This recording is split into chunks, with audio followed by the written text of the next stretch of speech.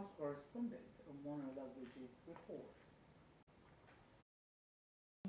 Behind me is the gathering of women from across the 3 senatorial districts of Ondo State who are here for the 5th edition of Osrc Summit, an initiative of the wife of Ondo State Governor, Mrs. Betty Anyanwu to build and empower women for a better society. The theme for this year's summit, Living a Life of Purpose, was to remind women of their importance in influencing society positively.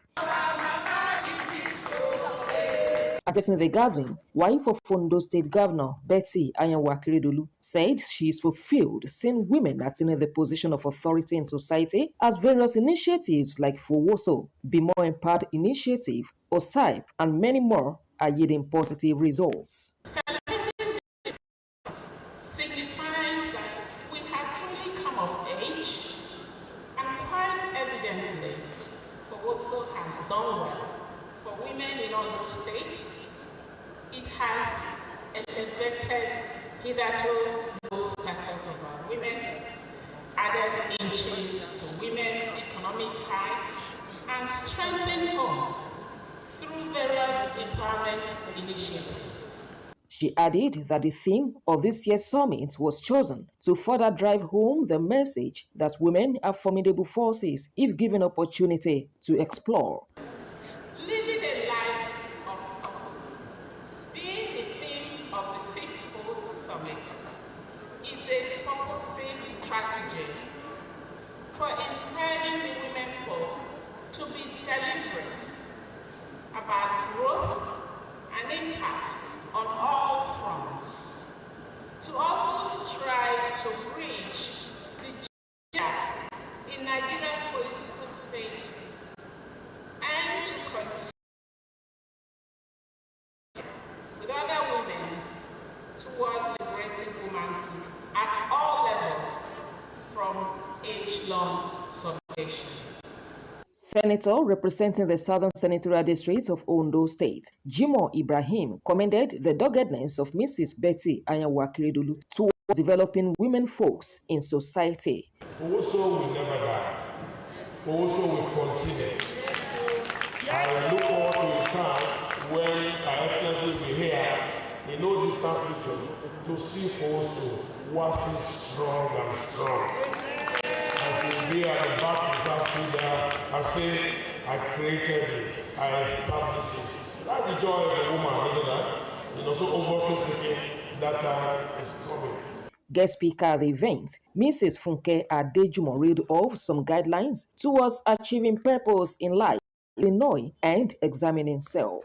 Turn your obstacles to stepping stones. Is it because you are not telling their stories? You think around you don't have stories to tell you?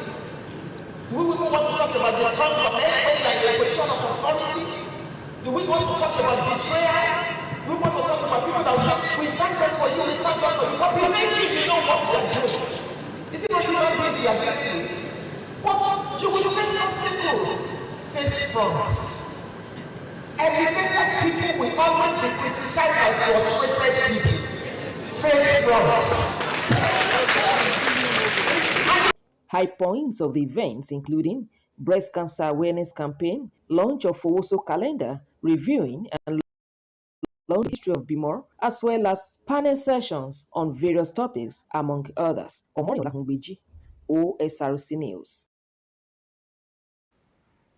Experts have charged the people of Ondo State to make regular checkup priority.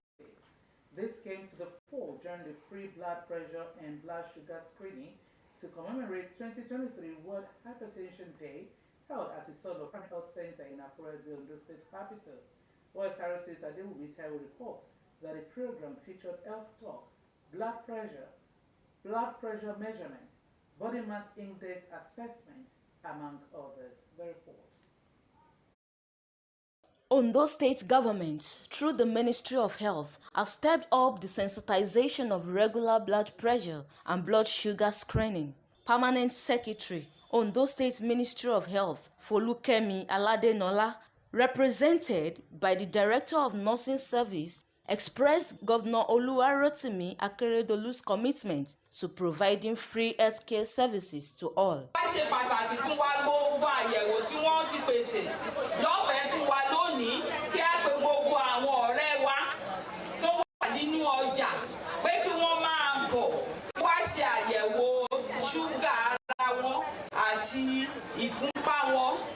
Director of Public Health Stephen Ojo noted some of the dangers associated with the high blood pressure and blood sugar screening. He urged the people to always go for medical checkup to avert dangers surrounded by the ailments. Tí ọkàn yẹn ò bá ṣiṣẹ́ dáadáa, tí ò bá lè ti ẹ̀jẹ̀ dáadáa, wàhálà ni.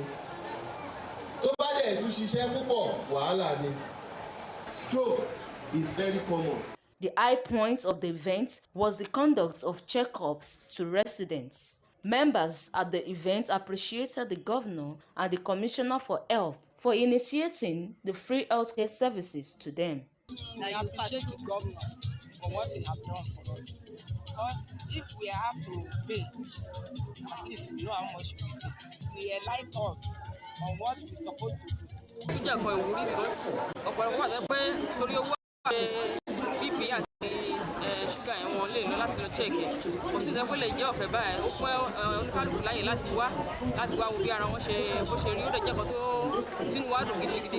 Oluwarotimi Akeredolu, in his redeemed agenda, placed much emphasis on the health of Ondo State citizens. Adewumi Taiwo, Osrc News.